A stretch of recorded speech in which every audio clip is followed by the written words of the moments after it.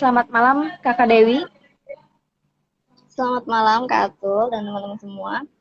Baik, sebelum kita memulai podcast kita pada malam hari ini, perkenalkan nama saya Rabiatul Adawiyah. Saya adalah mahasiswi jurusan Studi Agama-Agama angkatan 2019 dan sekarang saya menjadi Bendahara Umum Himpunan Mahasiswa Jurusan Studi Agama-Agama periode 2021-2022. Alangkah baiknya kita perkenalan dulu Kakak Dewi, silahkan. Ya, perkenalkan ya teman-teman semua. Nama aku, kita pakai aku aja ya, aku kamu. Aku Dewi Agustina, biasanya tuh dipanggil Dewi. Sekarang sama Kakak Atul ya, satu angkatan jurusan Studi Agama-Agama. Sekarang di HMJSAA itu jabatannya Sekretaris Umum. Mungkin itu aja Kak Atul. Iya. Ya jadi Kak Dewi, ini mungkin ya untuk satu periode kepengurusan kita nanti, kita akan insya Allah akan melakukan siaran langsung rutin seperti ini dari Himpunan Mahasiswa Jurusan, dan kebetulan ini adalah siaran langsung pertama kita, ya Kak ya. Kita memulai ya Kak ya, kita perdana siaran langsung kita bersama Himpunan Mahasiswa Jurusan Studi Agama-Agama. Buat teman-teman yang mengikuti kegiatan Himpunan Mahasiswa Jurusan Studi Agama-Agama, stay tune selalu dengan Instagram kita karena kita akan kembali lagi dengan siaran langsung yang akan datang yang selanjutnya Kak ya, dengan tema-tema yang baru juga pastinya. Hot issue yang sedang ramai dibicarakan di dunia maya boleh juga. Betul banget. Jadi gini Kak ya, kita masih terbawa suasana 17-an ya, suasana kemerdekaan gitu Kak ya. Menurut Kakak Dewi nih, karena diskusi kita ini diskusi singkat aja, jadi kita langsung aja deh Kak. Menurut Kakak Dewi, arti kemerdekaan menurut Kakak Dewi itu apa sih? Oke, baik. Terima kasih banyak sebelumnya Kak Atul ya, teman-teman semua. Bismillahirrahmanirrahim. Untuk kemerdekaan sendiri, itu menurut aku itu bagi suatu bangsa, kan kita yang udah terbebas nih dari penjajahan dan juga bisa menjadi dan menentukan nasib diri sendiri sebagai bangsa. Tapi untuk kemerdekaan di zaman sekarang, itu luas banget menurut aku. Kalau kemerdekaan menurut aku sendiri, itu merdeka dalam berpikir, merdeka dalam berbuat, merdeka dalam beragama, dan merdeka dalam berbudaya. Nah, 3 hal itu yang penting banget, dan juga kemerdekaan menurut aku itu harusnya kita semua terbebas dari yang namanya kebodohan, dan juga terbebas dari yang namanya kemiskinan gitu sih Kak Atul. Ya gitu Kak ya. Kalau kita membahas masalah kemerdekaan, pastinya tidak lepas dari pahlawan pejuang kemerdekaan. Nah, gitu kan ya. Gitu kan? Nah, Iya, betul banget. dari Kakak Dewi sendiri, pejuang pejuang yang Kakak paling sukai atau yang banyak memotivasi lah menurut Kakak Dewi itu siapa? Untuk tokoh yang benar-benar saya idolakan sebagai pahlawan di Indonesia, tentunya sang proklamator kita, Bung Karno dan Bung Hatta. Dan yang paling favorite, karena akhir-akhir ini tuh baca bukunya Bung Hatta ya, itu perihal daya juangnya Bung Hatta yang kemudian bisa saling bersinergi dengan Bung Karno. Beliau itu kan telah terorganisir hidupnya dari beliau kecil sampai beliau menjadi sang proklamator. Itu benar-benar terstruktur banget hidupnya gitu. Jadi benar-benar inspiratif, dan juga banyak catatan-catatan harian beliau yang kemudian dibukukan sekarang. Bagaimana beliau mengorganisir suatu organisasi, apalagi beliau sering banget jadi bendahara. Beliau membagi catatan pribadinya dengan catatan pengeluaran dan pemasukan negara, jadi dipisah gitu, nggak bisa beliau samakan. Benar-benar berdedikasi tinggi buat negara dan nasionalis tentunya. Begitu sih Kak. Iya gitu ya. Jadi Bung Hatta itu adalah salah satu pahlawan yang Kakak Dewi kagumi, gitu ya Kak ya. Betul. Nah, terlepas dari esensi kemerdekaan, nah tentunya kita sebagai mahasiswa dan mahasiswi memiliki peran yang besar dalam peradaban, ya Kak. Apalagi di masa pandemi seperti saat ini. Nah, menurut Kakak Dewi, bagaimana kita menyikapi kondisi sekarang? Bagaimana kita menyikapi kondisi saat ini?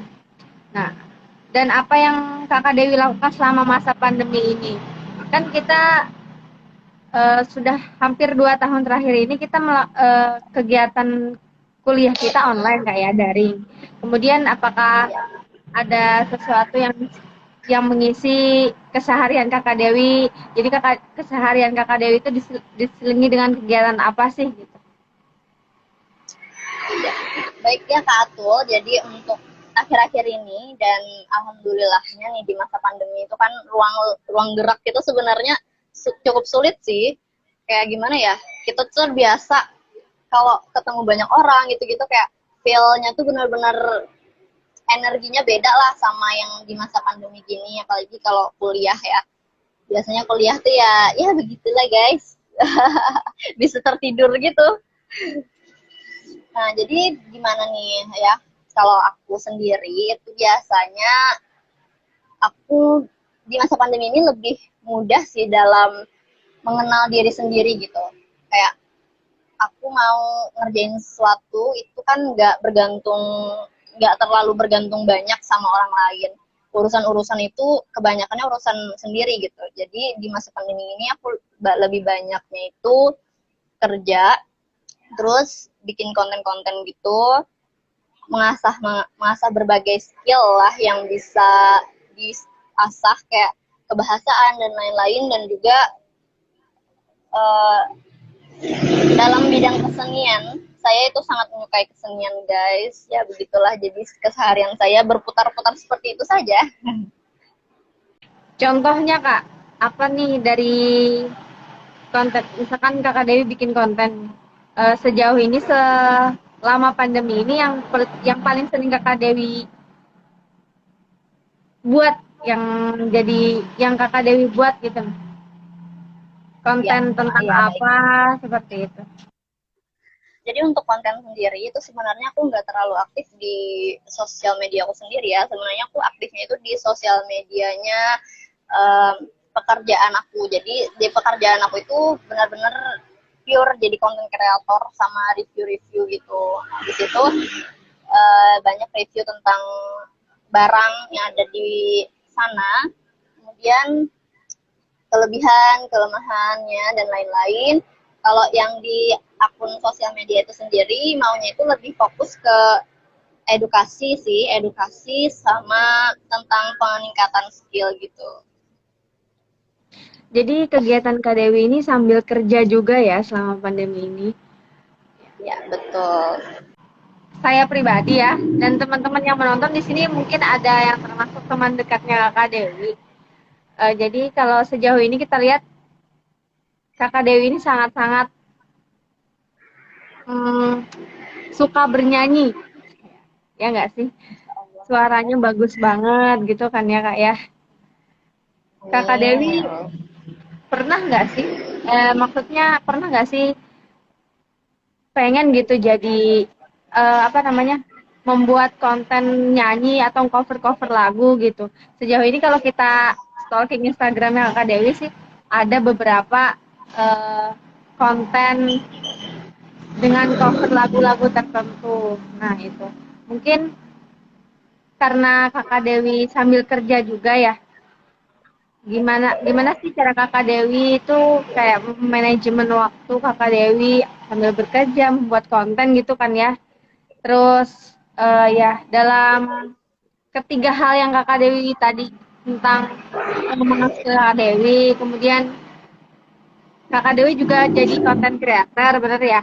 Kemudian Kakak Dewi juga sambil kerja, Kakak Dewi juga nggak jauh-jauh dari hobinya Kakak Dewi gitu.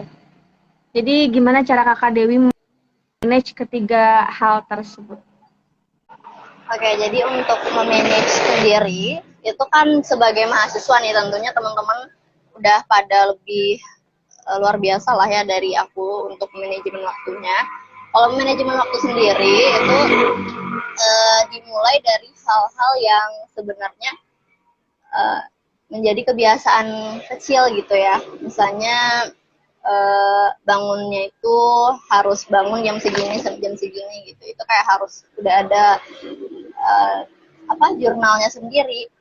Jadi aku suka banget nulis-nulis jurnal gitu setiap hari. Cuman ya kadang-kadang kalau misalnya aku kelupaan, aku juga bisa tulis hal-hal yang penting aja gitu. Kayak pencapaian atau apapun yang ada di jurnalnya.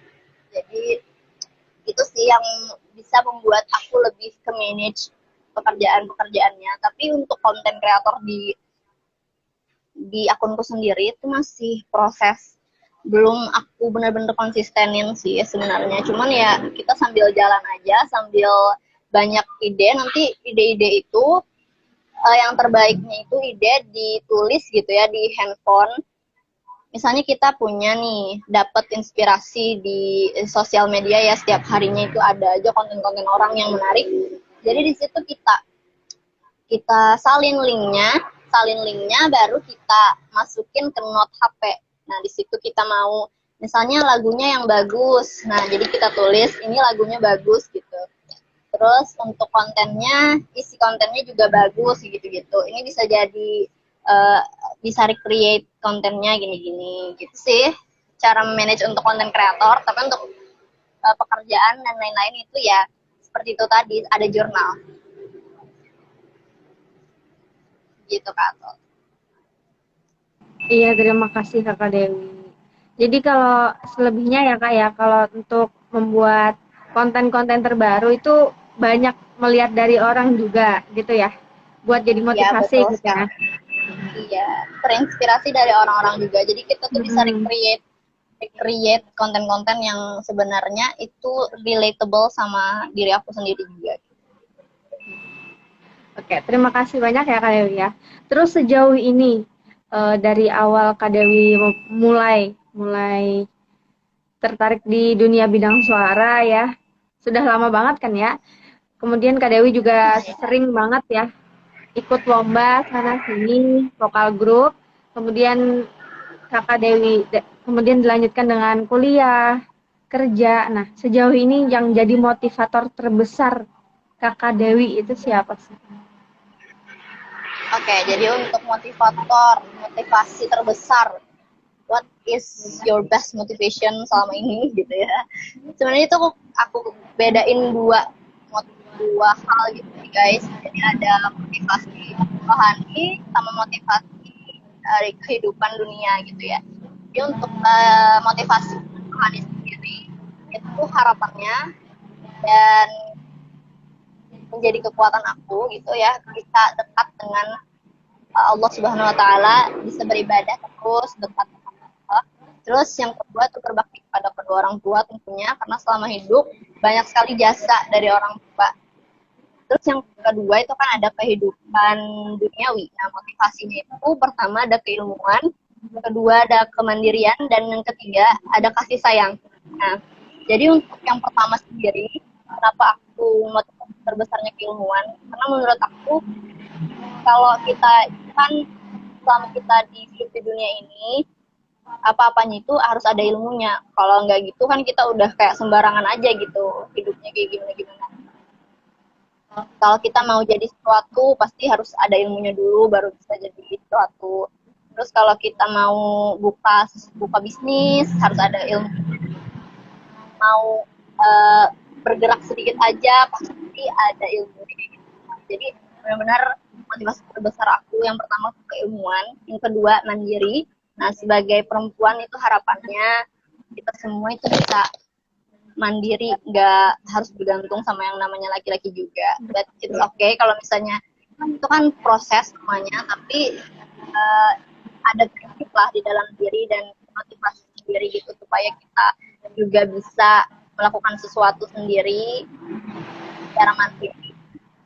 Nggak menutup kemungkinan juga untuk apa kerjasama juga dengan semua orang. Terus ada yang ketiga itu kasih sayang. Nah ini menurut aku kayak dari kasih sayang itu muncul juga rasa toleransi, rasa menghargai dan lain-lain. Penting banget sih ada rasa kasih sayang itu. Jadi kita bisa mudah memaafkan orang lain juga. Nah itu sih motivasi terbesar aku. Iya, mantep banget Kak Dewi sih. Aplaus dari saya dan pasti aplaus juga dari teman-teman semua. Nah, jadi Kak Dewi, sekarang kan Kak Dewi itu sedang sibuk di selain kuliah ya, karena kita sekarang sedang libur semesteran juga. Nah, hmm, saya mau tanya-tanya sedikit tentang pekerjaan Kakak Dewi, boleh ya? Boleh, insya Allah. Pastinya dalam dunia bisnis ya Kak ya, dalam dunia bisnis, dalam dunia pekerjaan, eh, tidak hanya di dalam dunia itu saja, pasti kita pernah merasakan berada di titik terendahnya diri kita gitu ya. Itu gimana sih Kakak Dewi, kayak gimana cara Kakak Dewi menyemangati diri sendiri ya, gitu tadi. Oke, jadi untuk menyemangati diri sendiri, istilah dalam kondisi sekarang itu self healing ya. Untuk self healing sendiri, ya pasti tentunya manusiawi banget kita itu merasakan lelah ya. Bagaimana caranya untuk memberikan afirmasi positif kepada diri sendiri tentunya. Jadi semua hal yang kita lakukan itu kita pikirkan yang baik-baiknya dulu. Tapi ada juga sih istilah di psikologi itu yang bilang kayak kita tuh harus start our day dengan negativity. Nah, tapi negativity-nya di sini lebih kepada antisipasi gitu sih. Antisipasi misalnya kita kemacetan, jadi kita harus lebih cepat aja gitu berangkatnya supaya nggak kemacetan gitu-gitu. Jadi untuk self healing sendiri, karena aku juga pernah sih berada di titik yang kayak apa ya, titik terendah yang aku tuh merasanya tuh lingkungan yang tidak bisa aku ubah itu sangat jahat gitu loh buat aku. So sebenarnya kan kita harusnya fokus sama diri sendiri aja, nggak usah terlalu dengerin apa kata orang. Aku tuh lebih sukanya ya self healing, lebih misalnya pergi ketemu keluarga, ketemu orang tua, ketemu sama hewan peliharaan, kucing, gitu-gitu sih self healingnya. Sama banyak-banyak berdoa juga. Apakah ya, jalan yang kita lalui ini benar atau bagaimana gitu, minta yang terbaik. Mungkin gitu sih Kak. Terima kasih banyak ya Kak. Nah, jadi sejauh ini selama podcast kita berlangsung, semua pertanyaan dari saya, dari kita sudah terjawab. Nah, sebelum kita menuju closing statement, teman-teman yang menonton, adakah yang mau bertanya? Apakah ada pertanyaan yang ingin disampaikan untuk Kakak Dewi? Ada nih Kak dari Cahaya Kamelia. Langsung saja kita undang Kak ya? Iya. Ya, terserah pertanyaan tentang apa saja untuk narasumber kita pada malam hari ini, tapi tidak untuk pribadi beliau ya. Untuk hal-hal yang ke privasi boleh di DM aja, jangan di sini. Ya, selamat malam Kakak. Boleh perkenalan dulu asalnya dari mana dan sekarang kesibukannya apa? Ya, apa terdengar jelas Kak Atul dan Kak Dewi? Alhamdulillah sangat-sangat jelas. Mana nih, boleh Alhamdulillah. kameranya dihidupkan dulu supaya wajahnya yang cantik terlihat. Aduh, minta rela, minta maaf karena Ulun nih tadi karena ada kesibukan. Ini juga sangat Iya. melihatnya nih Gak apa-apa Kak, saking biasa. excitednya nonton. Jadi harus bertanya kayak gitu. Jadi mohon maaf ini Iya. nggak bisa on cam. Oke, nggak apa-apa. Langsung aja, Kak. Silahkan bertanya. Apa yang mau ditanyakan? Ya, jadi untuk Kak Dewi izin bertanya ya Kak. Apa namanya? Tadi kan Kakak itu sudah menjelaskan mengenai di saat kakak self healing tadi itu, kan pasti kakak di saat apa pada kondisi yang kakak terendah tadi itu, selain kayak apa namanya kakak bertemu orang tua keluarga, habis itu ketemu kucing tadi katanya. Nah, selain itu apa masih ada lagi kayak lingkungan teman atau apa kayak gitu yang bisa membuat apa ya Kak, kayak gitu. Jadi, Kak, Kakak Cahaya ya? ya, Oke, Kakak Cahaya.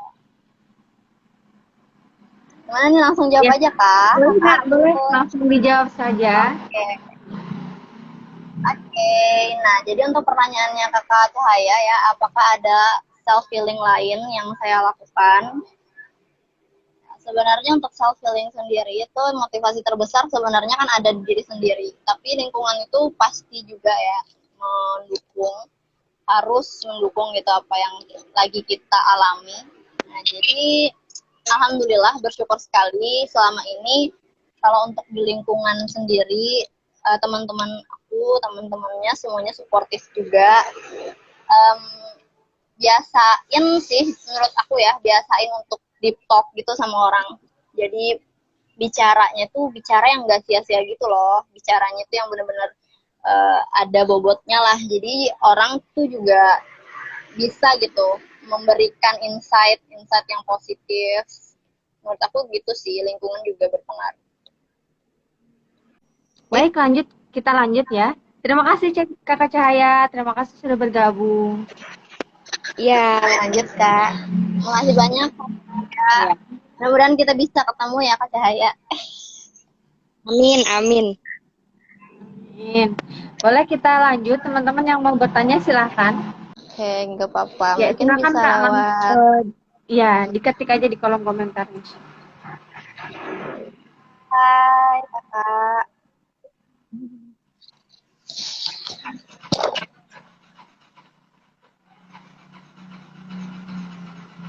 Kita sambil menunggu pertanyaan dari Kak Ardian ya.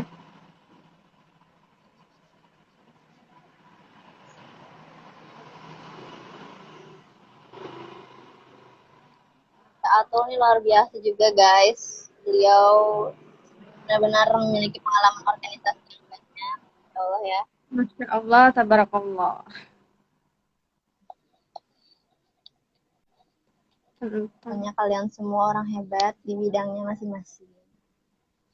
Apa nih Kak Ardian nih? Iya. Gimana Kak Ardian? Pertanyaan sudah siap? Sayang banget ya, karena Instagramnya belum diupdate mungkin ya, jadi tidak bisa bergabung. Amin. Tadi keren. Ya Kakak Dewi emang keren banget. Saya sendiri mengakui. Kakak Atul jauh lebih keren. Kamu wis. Kalian Oke juga dah. keren. Mana nih Kakak Kalian yang sudah Ardiannya? meluangkan waktu untuk menonton podcast pada malam hari ini itu semuanya keren. Ya, ini pertanyaan dari Gunawan _Ardian. Buat Kakak Dewi, organisasi apa yang paling membuat karakter Kakak Dewi bisa seperti sekarang? Langsung aja dijawab. Masya Allah, seperti sekarang itu kayak gimana ya? Oke. Bismillahirrahmanirrahim ya. Untuk organisasi itu sendiri sebenarnya aku tuh suka banget aktif sama berbagai kegiatan. Dari SMP dulu itu aku suka ikut semua eskulnya gitu. Terus kalau di SMA ada beberapa eskul yang aku ikutin. Kalau untuk pengasahan skill di bidang kebahasaan itu juga aku pernah ikut eskul lomba debat bahasa Inggris eskulnya gitu. Terus di SMA juga aktif di nyanyi, nasyid, gitu-gitu sih. Sama yang paling berpengaruh itu ada satu organisasi yang actually benar-benar kayak menemani hari-hariku gitu. Di SMA sendiri kan itu ada organisasi keislaman. Nah, di situ namanya KSI Ashabul Kahfi. Nah, aku benar-benar dapat insight yang positif banget di situ. Mulai dari orang-orangnya, guru-gurunya yang Masya Allah. Di situ semuanya mengajarkan kebaikan, mengajarkan hal-hal yang seharusnya kita lakukan, membentuk karakter tentunya, dan juga kebersamaan yang baik. Bagaimana di lingkungan kita nih sebagai Islam mayoritas memberlakukan yang minoritas, bagaimana kita di negara Indonesia itu juga harus memiliki wawasan yang baik. Nah, di situ benar-benar diajarkan banyak hal sih. Dan actually karena dari situ juga aku juga jadi tertarik sama UIN Antasari seperti itu, teman-teman. Iya, terima kasih ya Kak Dewi atas jawabannya. Ya, mungkin Kak Dewi itu tadi pertanyaan terakhir ya untuk podcast kita pada malam hari ini. Nah, satu kata Kak Dewi untuk anak-anak SAA dan semua penonton pada siaran langsung pada malam hari ini. Satu kata yang menggambarkan jurusan SAA, berkesan. Berkesan. Satu kata yang cocok buat jurusan SAA. Banyak sekali hal-hal positif, insight dari dosen, dari teman-teman semua.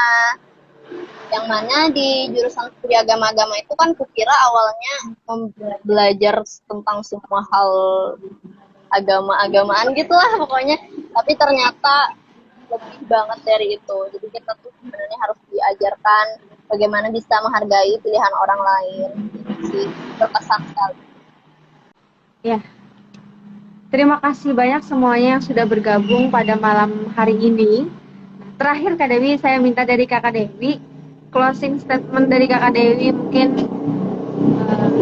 apapun itu terserah Kakak Dewi. Silahkan Kak Dewi. Oke, baik Kak Atul. Untuk closing statement, motivasi itu tumbuh dari bagaimana kita menyikapi sesuatu. Semuanya berasal dari dalam diri sendiri. Kalau kamu mau menjadi versi terbaik dari dirimu, lakukanlah kebiasaan dan tindakan sehari-hari yang juga mencerminkan hal tersebut. Terima kasih semuanya. Kembali kasih Kakak Dewi. Jadi itu tadi ya teman-teman pembicaraan singkat kita pada malam hari ini. Kemudian langsung saja kayaknya terima kasih saya ucapkan sekali lagi untuk teman-teman yang sudah bergabung. Terakhir dari saya, be yourself, jadilah dirimu sendiri. Dan ini terakhir yang selalu saya ingat dari guru saya, dari ustaz saya di pondok. Unzur makola walatan zirman kola. Lihatlah apa yang dikatakan, jangan lihat siapa yang mengatakannya. Terima kasih teman-teman. Terima kasih sekali lagi yang sudah bergabung. Terakhir dari saya, billahi taufiq wal hidayah. Wassalamualaikum warahmatullahi wabarakatuh. Waalaikumsalam warahmatullahi wabarakatuh. Terima kasih banyak semuanya. Semoga kita ketemu lagi di next kesempatan.